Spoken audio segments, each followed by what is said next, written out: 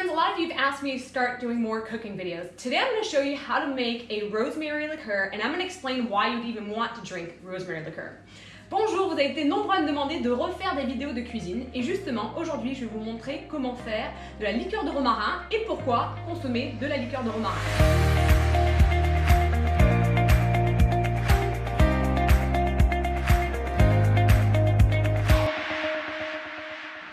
So the ingredients that you're going to need is a liter of alcohol, and there are a few options that you can have. This is vodka, but you could have like a fruit-based alcohol, you could even have like a vermouth type, but you want a clear alcohol. Second thing you want is you want to get 2 branches of celery,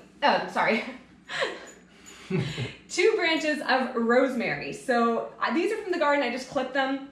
And then you're going to want to have about 7 ounces of sugar. This is organic sugar. Donc, les ingrédients dont vous aurez besoin. Vous aurez besoin d'1 litre d'alcool. Donc, moi, je préfère avoir de l'alcool de fruits, mais c'est vrai que par exemple aux États-Unis, c'est plus difficile à trouver, donc là, c'est de la vodka. Mais en fait, vous voulez vraiment un alcool clair. Vous avez également besoin de 2 branches de romarin. Donc, ça, c'est des branches que j'ai coupées du jardin. Et également 200 g de sucre. Ça, c'est un sucre bio. So, as I make this, I'm going to explain to you why you'd want to choose rosemary and when you'd be consuming this alcohol. Donc, en le faisant, je vais vous expliquer un petit peu pourquoi, déjà un peu plus les vertus à propos du romarin et pourquoi est-ce que vous voudriez consommer de la liqueur de romarin. So first thing I'm going to do is very easy. I'm just going to put the sugar in a funnel in this bottle here. Donc ce que j'ai envie de faire en premier, c'est dans un entonnoir, c'est mettre le sucre. Je vais passer le sucre dans un entonnoir comme ceci. Voilà, donc 200 g on a dit, hein, so 7 ounces. Then what I'm going to do is I'm going to put I'm going to actually put the rosemary in first. Ensuite, je vais mettre le romarin. So I just washed, this is from the garden, I just washed it in water. I let it sit in water with a little bit of white vinegar. Donc ça, c'est du romarin qui provient du jardin et j'ai juste lavé un petit peu avec de l'eau et un petit peu de vinaigre blanc. Donc, j'ai mes 2 petites branches. Voilà, so I have my 2 little branches. Et je vais tout simplement les mettre dans la bouteille. So all I'm doing is I'm just putting them in the bottle. It's very decorative as well. Ça fait une belle petite décoration, n'est-ce pas? Voilà. You could also have the sugar be in a liquid form if you put it over the oven. That's up to you. Vous pouvez également avoir une forme liquide du sucre si vous le faites cuire avec un peu d'eau au four, sur la gazinière. So I'm just pouring the alcohol in, as you can see, pretty simple. Donc je mets juste un peu d'alcool, je verse un peu d'alcool dedans, dans l'entonnoir.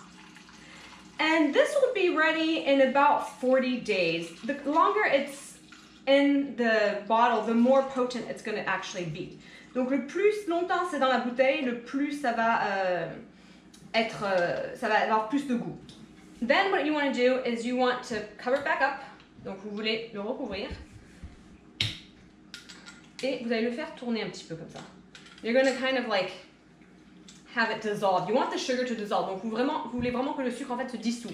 So what I would do is have it laying down like this, and every day for about maybe a week, I'm just going to turn it over so that the sugar dissolves within it. Donc tous les jours en fait, je vais un petit peu le tourner comme ça, je vais le poser comme ça et je vais le tourner pendant à peu près 1 semaine pour que le sucre puisse se dissoudre. Again, you could do it over the stove and then you wouldn't necessarily have the same problem. Si vous le faites, si c'est du sucre liquide, bon après vous n'avez pas forcément le même problème.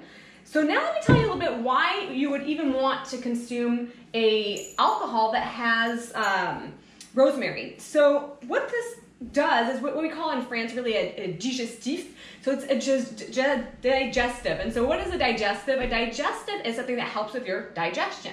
So it's something you'd have at the end of a meal, a little tiny shot of it that you kind of just sip on. Donc déjà, pour commencer qu'on consomme ça, c'est vraiment un digestif. Donc digestif, ça parle de la digestion. Justement, c'est bon pour la digestion. Donc on en prend un tout petit peu, un petit shooter, mais qu'on sirote en fin de repas. So rosemary has so many virtues. Le romarin, ça a plein de vertus différentes. One virtue that it has, it helps with concentration. So believe it or not, it can really help concentration. It's really good for your intellect, for your mind.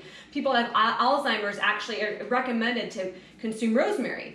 Donc en fait, le romarin, c'est vraiment bien pour la mémoire, pour la concentration. Donc les gens, par exemple, atteints d'Alzheimer, justement, on leur conseille de consommer du romarin.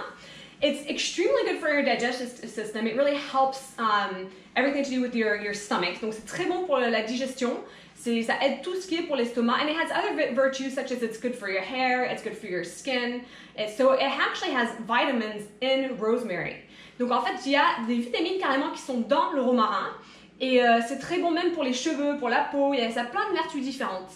So something to know also about rosemary is this is specifically from the Mediterranean region. So this is from the south of France. That's where it originates from. Donc à savoir qu'en fait, ça vient vraiment c'est en provenance de la région méditerranéenne, même vers chez moi, dans le sud de la France, j'en suis fière, et oui. Et so it has a lot of virtues, and so could be, you know, I just got an old bottle, like you saw, and easy to make, and then at the end of a meal, it could really help with digestion, something that you typically do at the end of a meal on a French meal. Donc c'est quelque chose qu'on va consommer en fin de repas, comme j'expliquais. C'est vraiment plus typique aux Français qu'aux Américains, mais c'est entre amis, ça fait bon, c'est bon quoi. Voilà, voilà.